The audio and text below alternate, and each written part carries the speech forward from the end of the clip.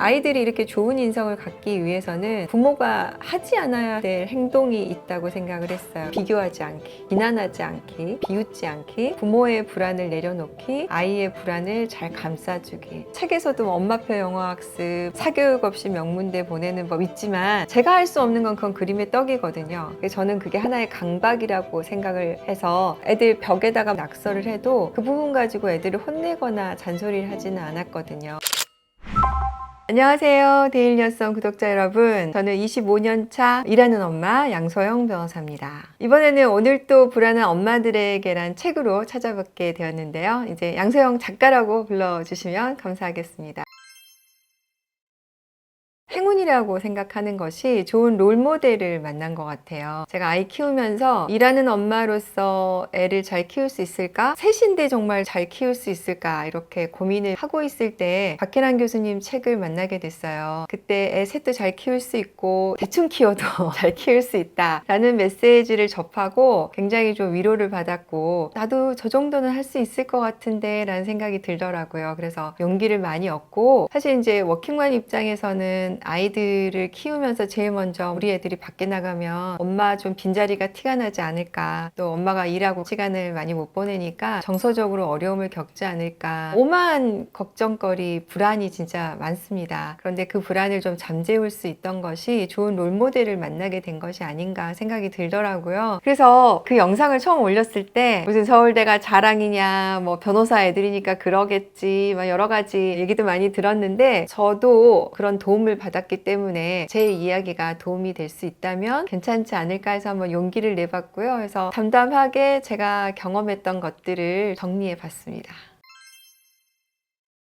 사실 이제 애들을 키우면서 제 어렸을 때 모습을 많이 좀 돌아봤거든요. 제가 제일 싫었던 게 잔소리였어요. 게임을 싫어하게 하는 효과적인 방법이 있다. 게임을 학과 과목으로 만들면 된다. 공부라고 생각하면 애들이 금방 게임을 싫어할 것이다 라는 얘기 정말 공감이 많이 됐거든요. 그래서 저는 이제 첫 번째 원칙이 잔소리를 좀 안 해야 되겠다. 그래서 아이들에게 가능하면 공부하라는 얘기를 하지 않으려고 노력을 했고, 그렇다고 해서 제가 공부를 안 시키진 않았어요. 속도 조절을 하고 할 수 있는 만큼만 하도록 하고, 쉴 수 있는 타임, 내가 학원 가기 싫으면 정말 이유 없이 빠질 수 있게 해주기도 하고, 그렇게 해서 좀 여러 가지 이제 방법들을 좀 찾아보는 노력을 했다. 문제집 같은 경우에도 하나를 풀면 우리 옛날에 책거리라는 거 했거든요. 그러듯이 아이들이 문제집을 한 권 풀면 맛있는 걸 시켜 먹는다거나 놀러를 한번 간다거나 이렇게 해서 속도 조절을 좀 하려고 노력을 많이 했습니다.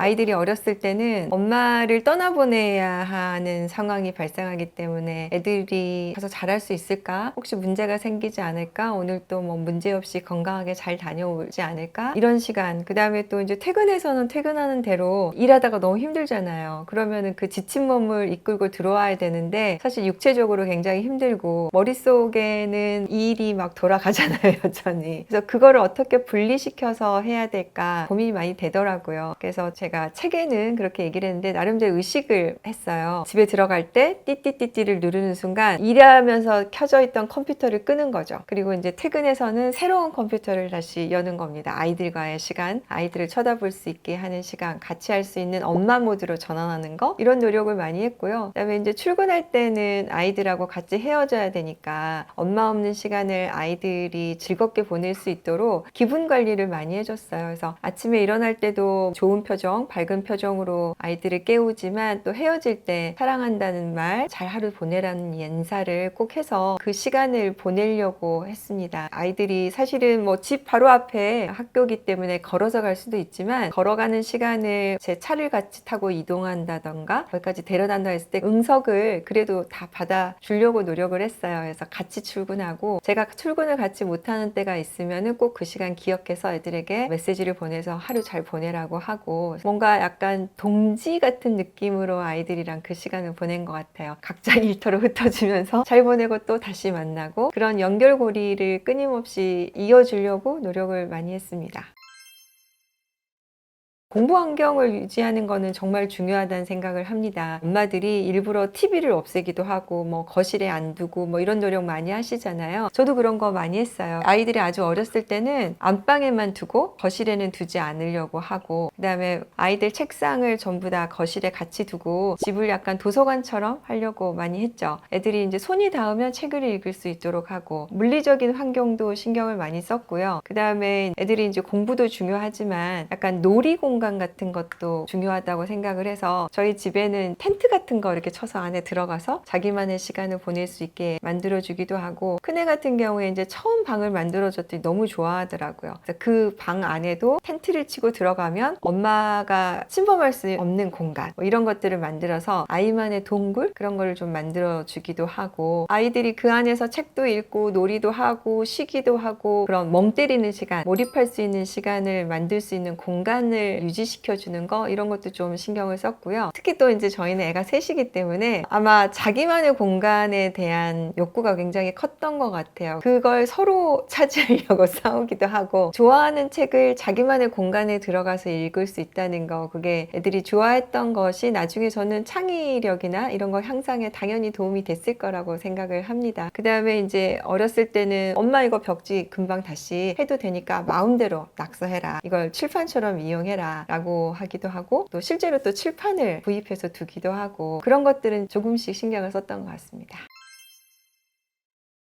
중요한 의미라고 생각을 했어요. 왜냐하면 엄마가 방을 너무 깨끗이 치워 놓으면 아이들이 그걸 어지를 때마다 신경을 쓰게 되고 잔소리를 하게 되거든요. 그래서 저는 그게 하나의 강박이라고 생각을 해서 그것이 아이들의 창의력 향상이나 이런 부분에 도움이 된다고 생각을 했습니다. 애들 벽에다가 마음대로 낙서를 하거나, 그다음에 뭐 식탁이나 이런 데도 조금 상처를 나거나 낙서를 해도 그 부분 가지고 애들을 혼내거나 잔소리를 하지는 않았거든요. 그리고 저희는 5명 식구가 한 자리에서 자는 거 되게 좋아했어요. 그래서 금요일 저녁이면은 거실에다가 이불을 한 대 놓고 그 안에서 같이 얘기도 하고 잠들고 했거든요. 그러면 이제 금요일 날 자고 토요일 날 아침에 잠자리에서 나오잖아요. 그럼 다시 토요일 날 밤에 그대로 그 잠자리에 들어가고 주말 내내 거기를 왔다 갔다 하면서 할 정도로 청소하거나 뭐 이런 부분에 대해서는 저는 좀 너그럽게 했던 것 같습니다. 학습 면에서는 내가 할 수 없는 것을 아이들에게 시키지 않는다라고 생각을 했고, 두 번째로 정신적인 면이나 정서적인 면, 인성적인 그런 면에서는 아이들이 사회에 나가야 되는데 독립을 해야 되잖아요. 그리고 저도 삶의 목표가 제가 태어나서 죽었을 때 양소영이라는 사람이 세상에 왔을 때 무언가 하나라도 더 좋아졌다라는 말을 들을 수 있다면 좋겠다는 바람을 가지고 있거든요. 그래서 우리 아이들도 그런 사람으로 자라나길 바라서 인성 부분을 많이 신경을 썼던 것 같습니다. 그런데 아이들이 이렇게 좋은 인성을 갖기 위해서는 부모가 하지 않아야 될 행동이 있다고 생각을 했어요. 비읍으로 시작하는 것들이 있더라고요. 비교하지 않기, 비난하지 않기, 아이가 뭘 잘하거나 못하거나 해도 비웃지 않기, 책 제목도 그렇지만 부모의 불안을 내려놓기, 아이의 불안을 잘 감싸주기, 이런 부분에서 정서적인 부분을 신경 쓰도록 많이 노력을 했습니다. 그래서 학습 면에서 좀 다른 아이들보다 속도가 늦더라도 이렇게 정서적인 부분이 채워지면 저는 언젠가는 그 속도를 따라잡을 수 있을 거라고 생각을 했어요. 그래서 아이 각자만의 속도를 좀 존중하고 시간은 내 편이라고 생각하고 조급해하지 않도록 하는 것이 철학이라면 철학이었던 것 같습니다. 아이들 학원 때문에 상담을 좀 해보니까 그 학원들의 공포 마케팅에 제가 휘둘리지 않을 자신이 사실 없더라고요. 그리고 엄마들 모임에 가보면 그 학원들이 가지고 있는 레벨, 그다음에 어떤 경시대에 합격했다, 이런 부분을 벌써 어린애들에게 훈장처럼 주고 엄마들도 그거를 본인들의 훈장처럼 생각하고 하는 부분이, 그것에 대해서 좀 동의가 안 돼서 우리 아이들을 휘둘리게 하거나 희생시키거나 또는 그런 상황에 들러리를 세우거나 하는 일은 막아줘야 되겠다라는 생각이 좀 컸습니다. 저도 어떤 면에서는 뭐 팔랑귀 면이 있기 때문에 애초에 가지 않는 것이 좋겠다라고 생각을 해서 학군지에 대해서 이사하는 건 생각을 안 해봤고, 주위의 후배들도 가려고 하는 친구들에 대해서는 다시 한번 생각해봐라 라고 조언을 많이 했습니다.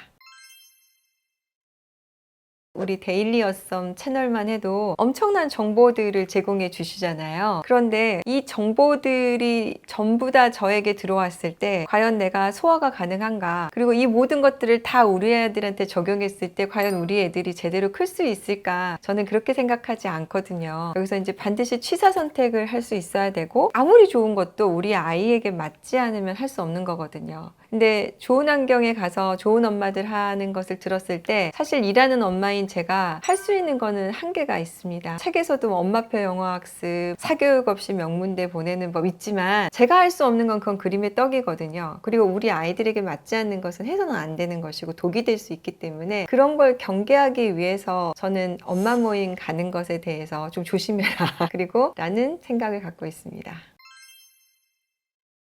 일단 아이들이 어렸을 때 예체능, 악기 하나, 운동 하나는 좀 필수로 했으면 좋겠다. 그리고 가능하면은 가족여행, 그 다음에 아이들이 놀 수 있는 여러 가지 것들, 이런 활동들이 초등학교 때는 좀 많이 이루어져야 된다는 생각을 했고, 나중에 이제 저도 뇌과학 발달 뭐 이런 책들을 좀 접해보니까 아이들이 이제 정서적인 과정의 발달이 있는데 이때 제일 해줘야 될 것, 채워줘야 될 것은 바로 그 부분이 아닌가라는 생각이 들어요. 근데 사실 이제 악기를 배우거나 운동을 배우는 게요, 정말 중요한 공부거든요. 그 과정에서 실패를 하기도 하고 연습을 통해서 늘어나는 성공의 경험을 하기도 하고 어떤 면에서는 제일 좋은 공부이기도 해서 초등학교 때는 그 부분을 좀 학습보다는 많이 하는 것이 아이들에게 훨씬 좋다 생각하고 있습니다.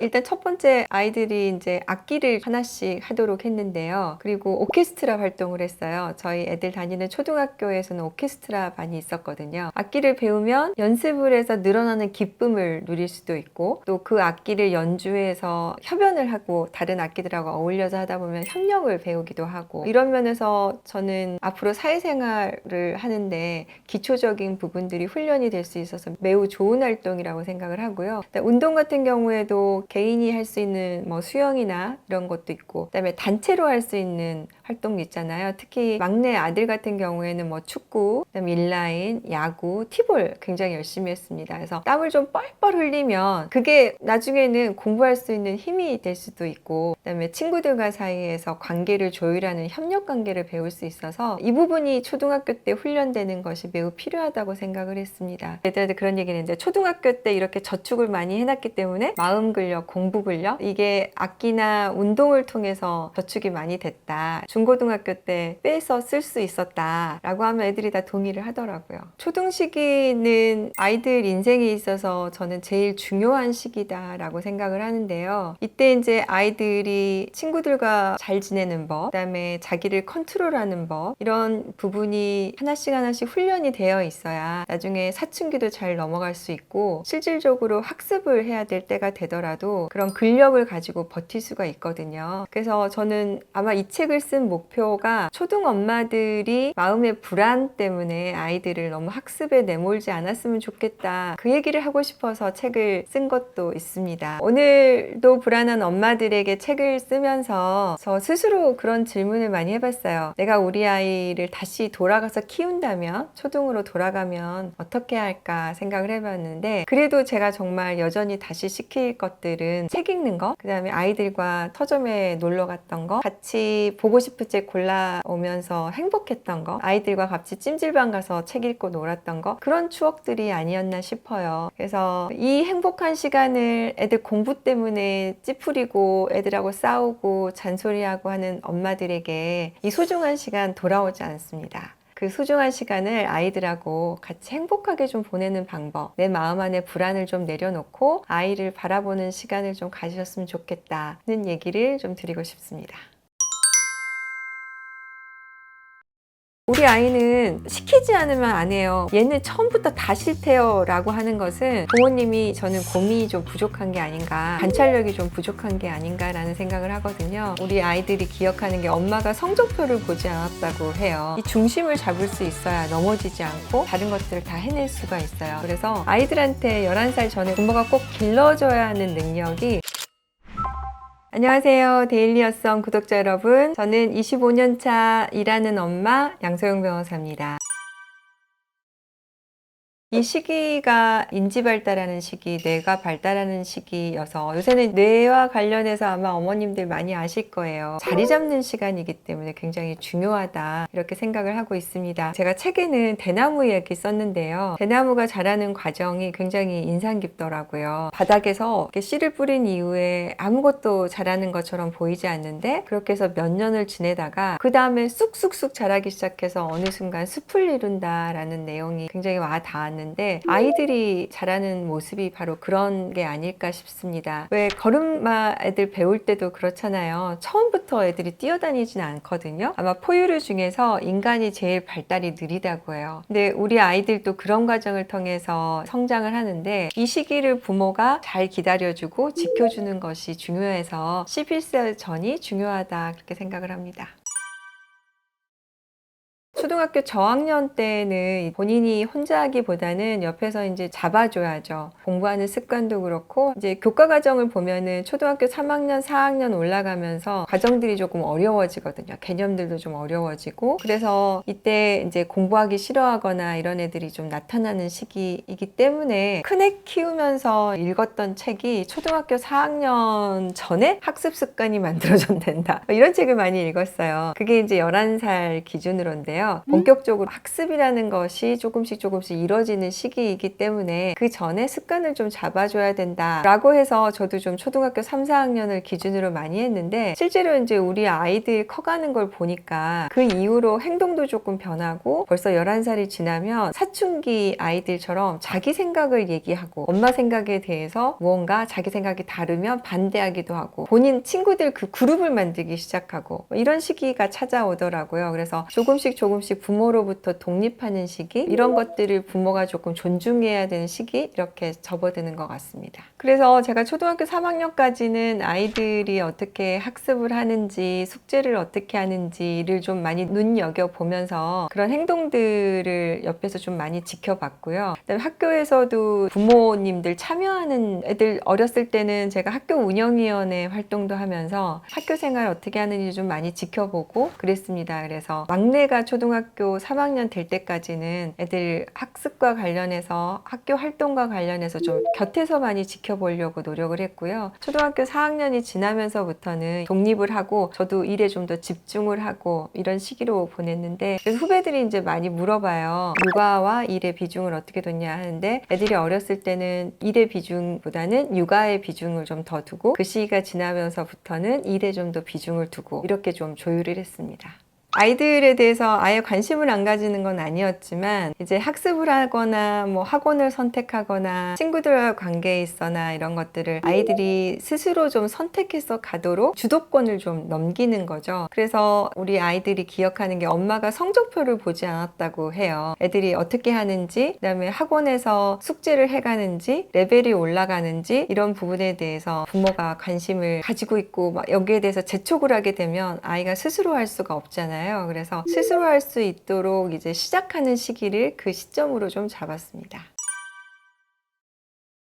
엄마가 이제 관여를 하다가 관여를 안 하면 엄마가 나를 방임하는 거 아닌가? 관심이 없는 거 아닌가? 라는 생각을 할 수가 있죠. 그래서 제 생각에 큰아이 같은 경우에는 본인이 엄마 나 학원 갔다 왔어? 나 이제 뭐 할 거야? 숙제 끝냈어? 이런 것들을 저한테 계속 보고를 했던 것 같아요. 그래서 제가 그렇게 하지 않아도 된다. 엄마는 너를 믿고 네가 했을 거라고 생각하니까 굳이 그렇게 엄마한테 안 알려도 된다. 라고 얘기를 했는데 계속해서 저한테 연락을 하더라고요. 그래서 아이들은 엄마하고 연결된 것을 원하는구나 라는 메시지로 이해를 했어요. 그래서 계속해서 관심은 가졌지만 그래도 제가 먼저 이래라 저래라 라고 계획을 정해주거나 시간표를 정해주거나 하는 것들은 좀 하지 않았다는 거죠. 근데 그전에는 아이들이 어리니까 시간표 만들고 계획표 만드는 거 이런 거 잘 못해요. 그래서 오늘 할 일? 저희는 이제 주로 투두리스트처럼 이렇게 할 일을 정했거든요. 그래서 오늘 할 일은 뭔지 이런 거를 이제 제가 미리 체크를 해주고 알림장을 당장은 했는지 안 했는지 이런 부분들을 체크를 했다면 그 이유는 아이들이 직접 그 부분을 할 수 있도록 만들었고, 큰아이가 자기계획표를 만들기 시작한 게 초등학교 5학년이었던 것 같아요. 그리고 초등학교 5학년 때 중학교를 어디로 지나갈 것인가, 고등학교를 어떻게 할 것인가, 하루는 동생들을 쫙 불러놓고 설명회를 했다고 해요. 그때도 이제 컴퓨터가 있었으니까 홈페이지 들어가서 자기가 갈 학교를 막 보여주면서 야, 멋있지? 이렇게 자기 플랜을 짰다고 해요. 이제 그런 걸 할 수 있게 제가 조금 가만두었던 것 같습니다. 그리고 아이가 진학하는 학교를 골랐을 때 그 학교에 대해서 저도 찾아보고 공부하고 너무 좋은 학교다, 네가 가면 좋겠다, 이렇게 반응을 했고요. 그런데 이제 제가 조금 관여를 했다고 한다면, 예를 들어서 오케스트라를 하는데 악장 부악장이 이제 초등학교 고학년 때 되잖아요. 그러면 아이가 도전을 해볼 생각을 안 했을 때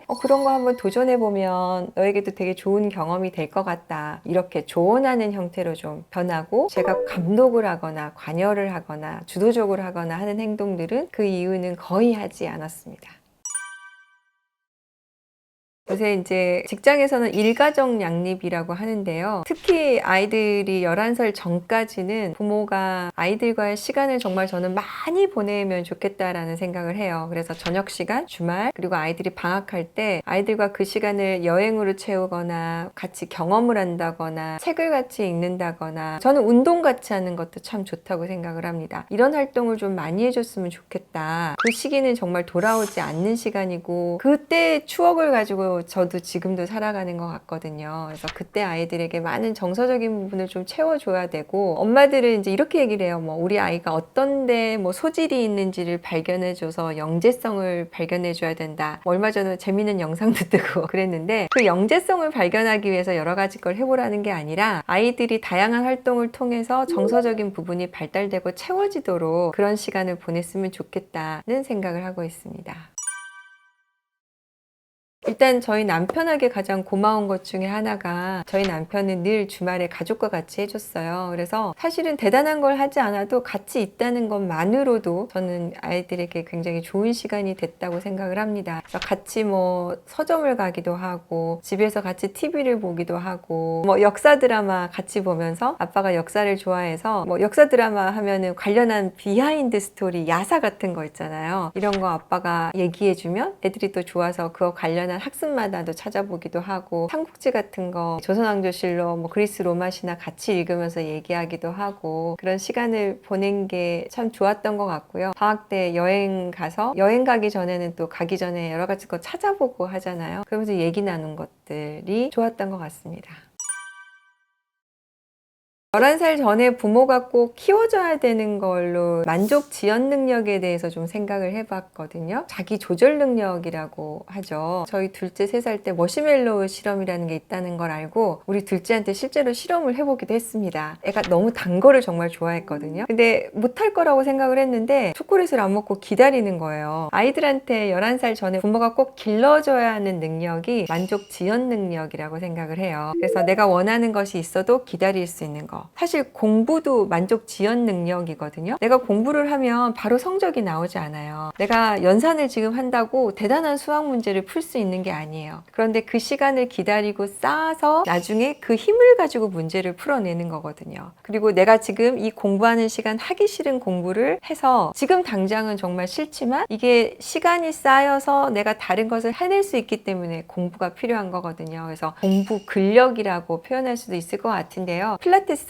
엄마들 다 해보셨겠지만 코어 근육을 키워야 되거든요. 이 중심을 잡을 수 있어야 넘어지지 않고 다른 것들을 다 해낼 수가 있어요. 이 코어 근육이 만족 지연 능력이라고 생각을 합니다. 그래서 머시멜로 실험에 대해서 이제 부정적으로 생각하시는 분들은 내가 이것을 참았을 때 좋은 보상이 오는 것에 대해서 경험이 없는 아이들은 먹을 수밖에 없다. 그래서 평가하면 안 된다. 여기에 대한 부정적인 거 전 충분히 수용합니다. 맞아요. 그래서 우리 아이들에게 부모가 신뢰를 먼저 쌓아줘야 돼요. 왜 그런 엄마들이 있어요. 이걸 하면 내가 다음에 뭘 해줄게 그래놓고 약속 안 지키는 엄마들이 있어요. 그러면 안 돼요. 일단 이 약속은 부모가 먼저 지켜야 되고요. 그렇게 하다 보면 아이들이 지금은 힘들지만 하기 싫은 것들을 해내고 하는 경험이 쌓이는 거거든요. 그렇게 해야 나중에 큰 어려움이 닥쳐도 해낼 수가 있어서 이 부분이 저는 정말 필요해서 11살 전에 부모가 꼭 아이들에게 기다릴 수 있는 능력을 만들어줘야 된다. 그래서 저희는 크리스마스 선물 같은 것도 그렇게 이용을 했어요. 아이들이 정말 원하는 게 있으면 기다려야 돼요. 크리스마스 때까지. 아니면 생일 때까지. 그걸 좀 당기려면 다른 행동을 해야 돼요. 예를 들어서 청소를 한다던가 집안 정리를 하다가 하면은 점수가 좀 쌓여서 그 날짜를 좀 당길 수 있습니다. 뭐 이런 것들을 사용해서 아이들 만족 지연 능력을 훈련을 시켰는데요. 저도 뭐 아이들이 처음에는 막 뭐 장난감 가게 가서 바닥에 눕기도 하고 울기도 하고 그런 걸 했는데, 이때 부모가 단호하게 안 되는 것은 안 된다. 그리고 대신 무조건 안 되는 게 아니라 시간이 지나고 무언가가 채워지면 가질 수 있다. 이런 여러 가지 아이디어를 내서 그런 능력을 좀 키워주셨으면 좋겠습니다.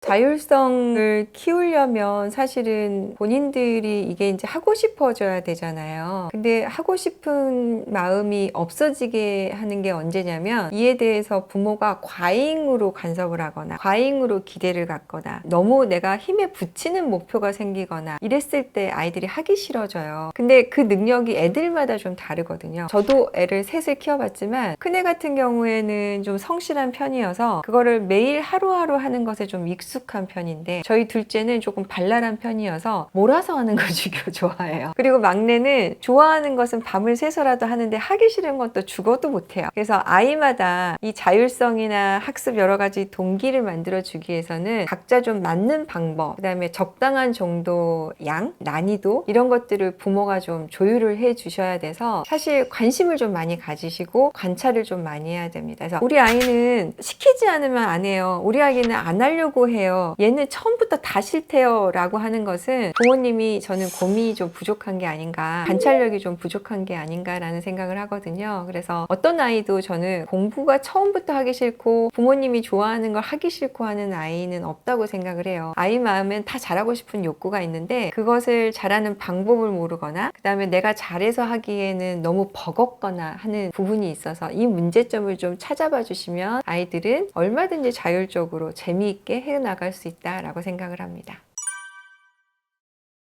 저는 아이들 여행 다니는 거, 경험하는 거에 대해서는 좀 빚을 내도 해도 된다 이렇게 생각을 해서, 사실 아이들 초등학교 때 해외여행이나 이런 거 넉넉하진 않았지만, 그리고 저희가 5명이니까요 이코노미만 끊어도 여행비 자체가 많이 들어요, 경비가. 그래서 굉장히 부담이 많이 됐는데, 그래도 그때 빚을 내서라도 여행을 했던 거, 이 부분은 지금도 후회하지 않고요. 그 다음에 악기를 가르치거나 운동을 가르치거나 했던데 돈을 썼다는 부분에 대해서는 후회하지 않는 부분이다, 이렇게 생각을 합니다.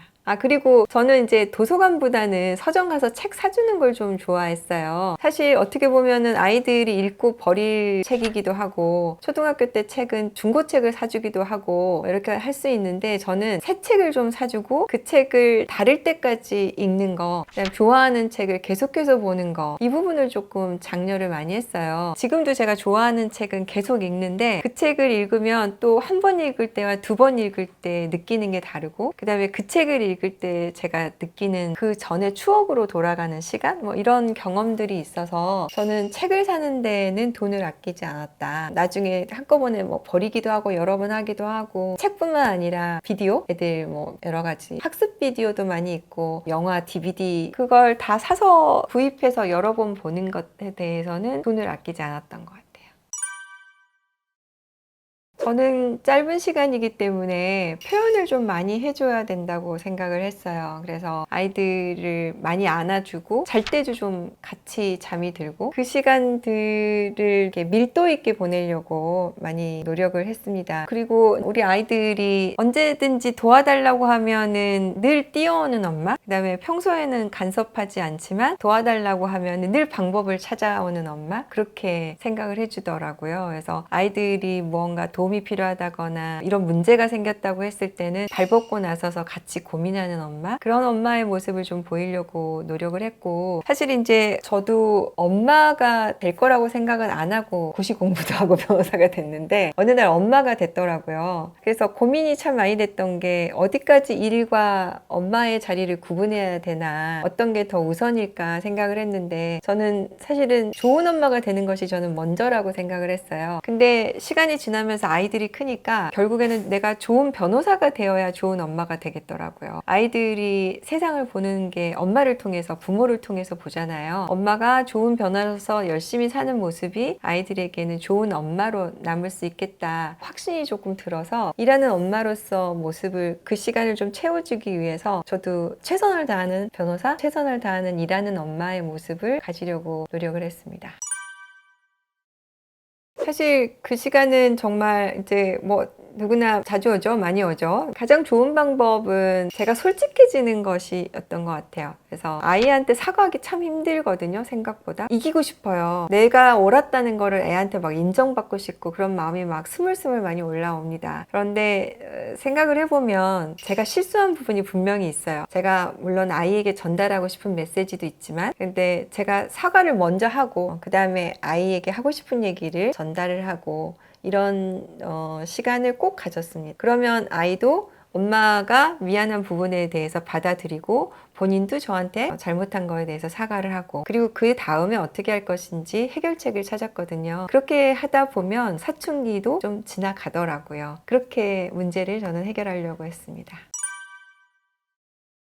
첫 번째는 아이가 어떤 부분에 대해서 좌절하고 있는지, 어떤 부분이 힘든지 원인을 좀 찾아내는 것이 필요하고요. 아이들이 슬럼프를 겪을 때 제일 힘든 거는 본인이거든요. 근데 우리 부모님들은 착각하는 게 내가 너무 불안하니까 애를 자꾸 재촉하게 돼요. 그리고 빨리 슬럼프를 벗어나라고 하고. 근데 시간이 좀 필요하거든요. 호수에 돌을 던지면 그 돌이 가라앉잖아요. 그 가라앉았다가 다시 부력으로 떠오르는 시간이 좀 필요하다고 생각을 해서 슬럼프를 겪고 있을 때 너무 빨리 아이를 꺼내려고 하지 말고 좀 기다려줘야 된다. 그리고 아이가 무언가 본인이 생각하는 해결책을 얘기를 했을 때 내가 마음에 들지 않아도 저희 이제 큰애 특목고 떨어졌던 얘기를 쓰니까 저희 큰애가 너무 싫어해요. 자기한테는 아픈 경험인데 엄마가 자꾸 써먹는다고. 근데 그때 제 기억을 되살려보면 아이가 메이크업 아티스트가 되겠다고 했을 때 저는 사실 되게 반가웠어요. 실제로. 그리고 메이크업 아티스트가 돼도 저희 아이는 성실하기 때문에 충분히 저는 해낼 수 있다고 생각을 해서 저는 그 방법에서 해결책을 찾으러 나섰거든요. 성공한 메이크업 아티스트의 롤모델을 좀 찾아보려고 하고 메이크업 아티스트가 되려면 어떤 걸 하면 좋은지 어떤 능력을 좀 갖추면 좋은지 이렇게 알아보려고 하고 했거든요. 부모가 듣기에 조금 엉뚱한 방향의 해결책을 제시하더라도 일단은 부모가 거기에 같이 동의를 해주고 열심히 귀를 기울이면 아이가 나중에 돌아옵니다. 아, 그 길이 아니구나. 공부를 하는 게 낫겠구나. 길을 이렇게 조절해 나가거든요. 그래서 그 시간을 아이랑 좀 마음을 열고 내 불안을 내려놓고 대하면 좋겠다고 말씀드리고 싶습니다.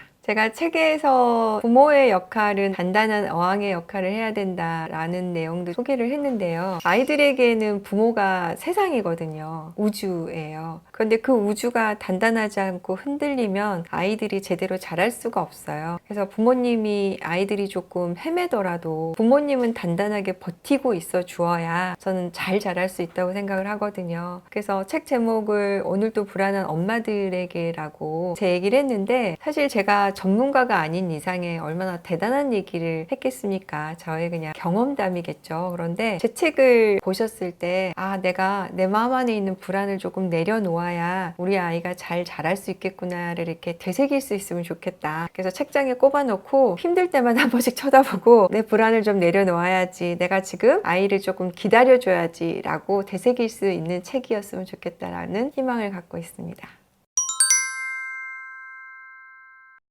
아이를 키울 때 애가 셋이라서 육체적으로 많이 힘들었죠. 아이들에게 힘든 모습은 보일 수가 없으니까 샤워기 틀고 울기도 하고, 근데 엄마가 불안하고 이게 조절이 안 되면 아이가 자기 약점을 보여주지 않아요. 자기가 사랑하는 엄마가 더 불안하면 안 되니까. 그 모습을 보고 이게 아이는 엄마를 보고 이렇게 닮아가려고 하는구나, 내가 아프면 내가 힘들면 그게 아이들에게 전염이 되는구나 라는 생각에 그거를 조금 해결하기 위해서 노력을 많이 했어요. 그래서 행복 연습이다, 행복 연기다 라는 내용도 제가 소개를 했는데요.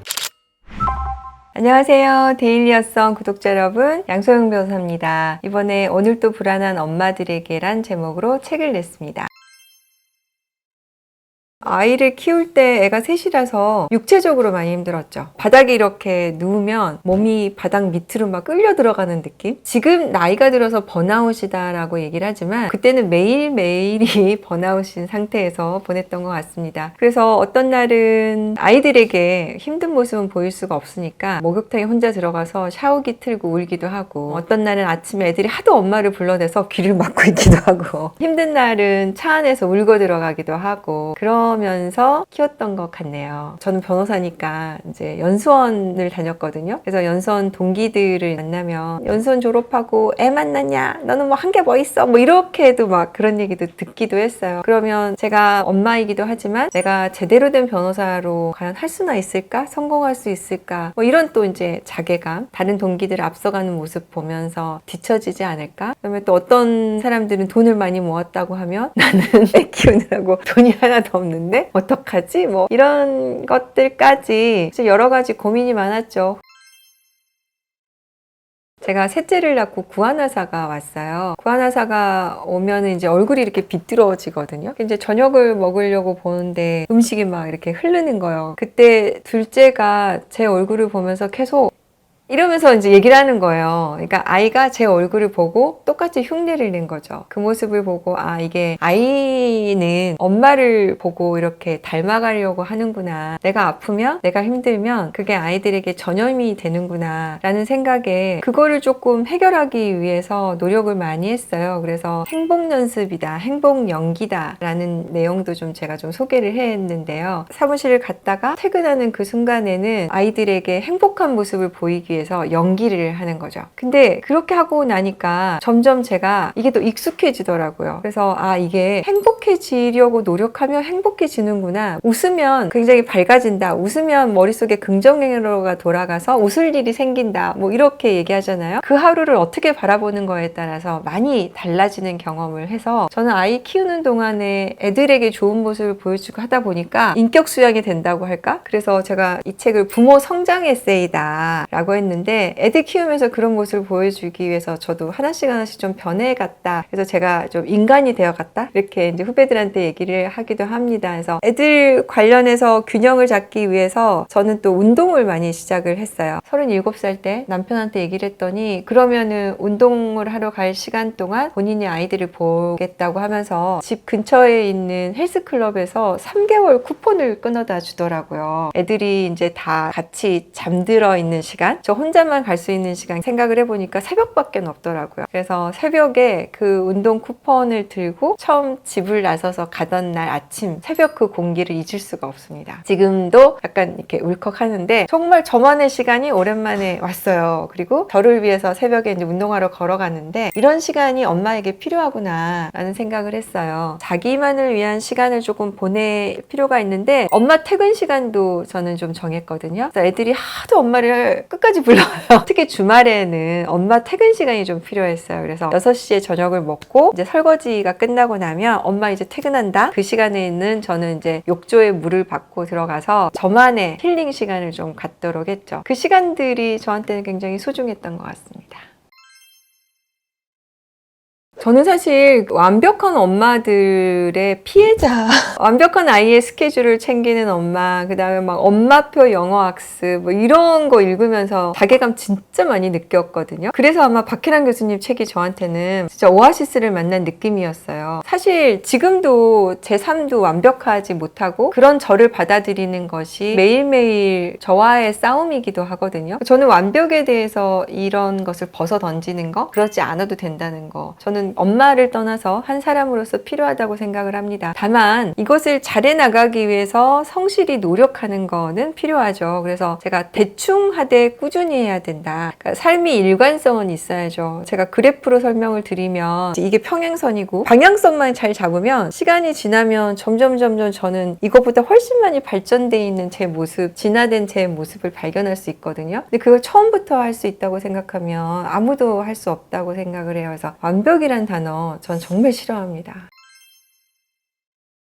저도 일하는 엄마 밑에서 컸거든요. 그러니까 저 때는 진짜로 엄마가 일하는 경우가 거의 없었죠. 근데 엄마의 모습이 저는 늘 자랑스러웠고 저의 롤모델이었고 멋져 보였어요. 그래서 일하는 엄마의 모습을 저도 자연스럽게 당연히 일을 하게 됐는데 일단 아이들이 그것을 받아들이는 과정에서 걱정은 되더라고요. 저도 친구들이 엄마가 소풍에 따라와서 김밥 싸가지고 갈 때 나는 엄마가 없어서 서글픈 마음이 있었거든요. 우리 큰애 초등학교 2학년 때였던 것 같아요. 그래서 현장 체험 학습을 가는데 엄마들이 다 나와서 이제 잘 다녀오라고 손은 흔들잖아요. 근데 그날은 제가 재판 때문에 못 가게 됐는데 저녁에 와가지고 엄마가 못 가서 서운했을 거라고 제가 위로의 얘기를 꺼냈더니 큰애가 아니 나는 엄마가 없어서 되게 자랑스러웠는데 라고 해주는 거예요. 그게 진심이었는지 안 했는지 모르겠지만 큰애가 그 얘기를 해주는 순간에 너무너무 감사했고 아 나도 해낼 수 있겠다 라는 뭔가 희망이 좀 생겼던 것 같습니다. 저는 그래서 우리 애들한테 키워주시는 이모님을 큰엄마라고 부르게 했어요. 저는 작은엄마. 애들이 어렸을 때는 밥을 먹여주는 사람이 진짜 엄마잖아요. 그래서 아이들에게 큰엄마로 부르고 저는 둘째 엄마로 살면서 아이들에게 언젠가는 제가 다시 큰엄마가 첫 번째 엄마가 되는 날까지 왜 애들 옛날에 키우면 온마을이 필요하다고 하잖아요. 그래서 제가 못하는 부분은 그렇게 좀 채웠고 하나씩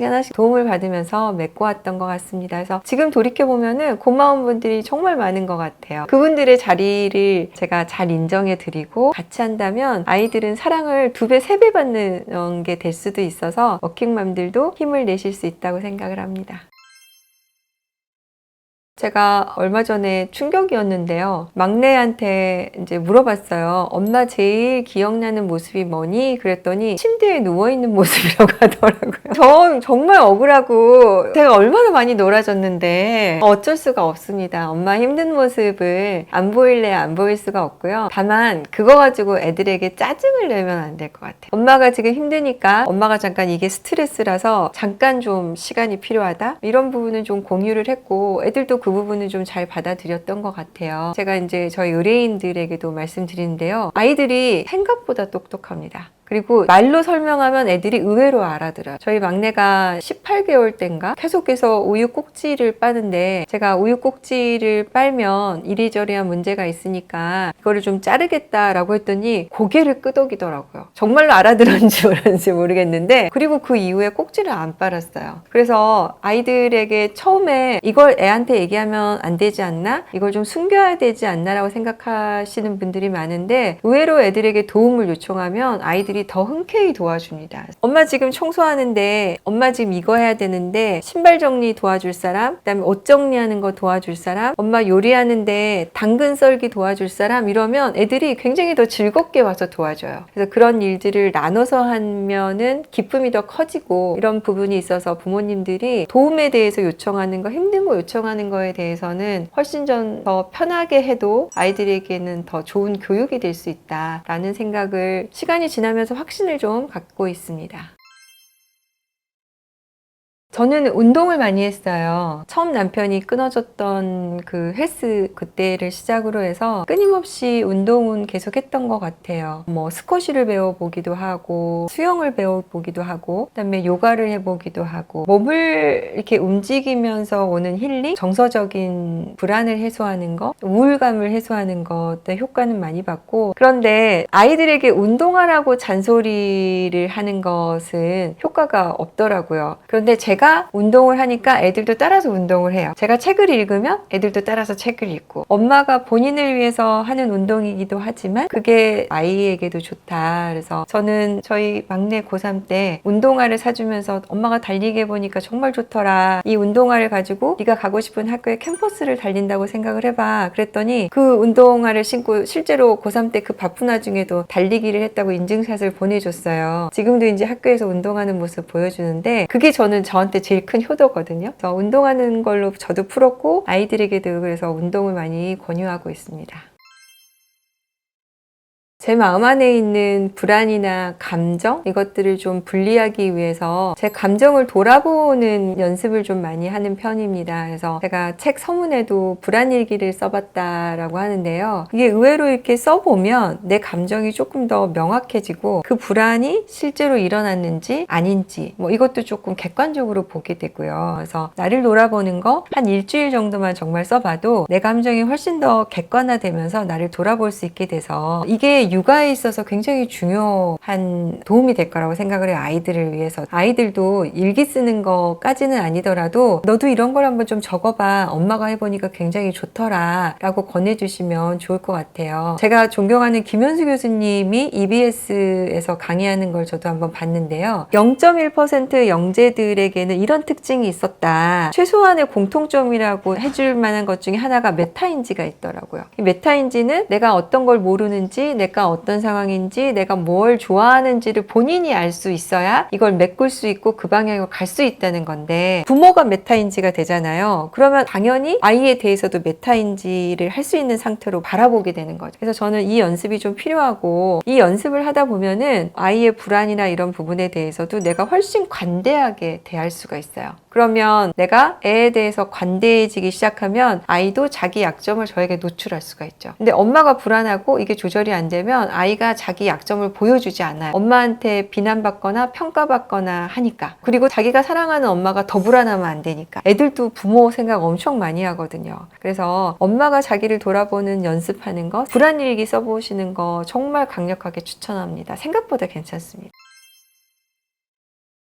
일하는 엄마가 갈등인 것 중에 하나가 아이냐 가정이냐 일이냐를 좀 선택해야 될 순간이 옵니다. 그런 순간에 내가 어떤 선택을 해야 되느냐인데, 저는 아이를 선택했으면 좋겠다. 미성년 자녀일 때는 그래도 우선순위는 조금 있었으면 좋겠다라는 생각을 해요. 물론 이제 사회에서 요새는 육아휴직 서포트를 하는 제도도 만들고 도움을 주긴 하지만 여전히 아직 완벽하진 않거든요. 근데 제가 이제 50이 되고 50대 중반이 되어 보니까 제 시간은 그래도 조금 더 회복할 수가 있어요. 그런데 아이하고의 어렸을 적 추억을 쌓거나 이런 시간은 다시 회복하기가 어려운 경우가 훨씬 많더라고요. 그래서 이런 순간에 우선순위를 조금 아이에게 두고 좀 더 아이를 바라보는 시간에 대해서 소중하게 좀 생각을 하면 나중에 그 부분이 내 인생에도 충분히 자양분이 돼서 도움이 될 수 있다. 제가 자주 드리는 말씀 중에 하나가 부모가 되어보는 경험, 아이를 위해서 내 인생을 양보해 보는 경험을 하는 것이 내 삶에 있어서 굉장히 소중한 자양분이 된다. 그러면 내가 다른 사회생활을 하는 데 있어서도 훨씬 더 많은 상대를 배려할 수 있고 상대에 공감할 수 있어서 더 역량을 발휘할 수 있다.